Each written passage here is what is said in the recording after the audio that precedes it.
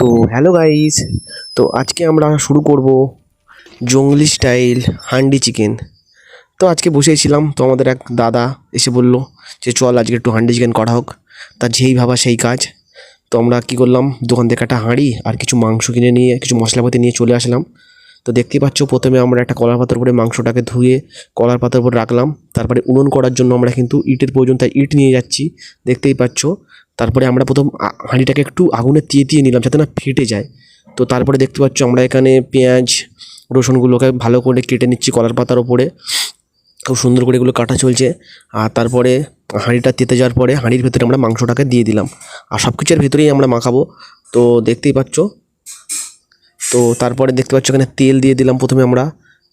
তেলটাকে ভালো করে দিয়ে চারিদিক দিয়ে করার পরে তারপরে আমরা এখানে দিয়ে দিচ্ছি পেঁয়াজ। ছোটো ছোটো যে কোচানো পেঁয়াজ ছিল সেই পেঁয়াজগুলোকে আমরা দিয়ে দিচ্ছি, ঠিক আছে।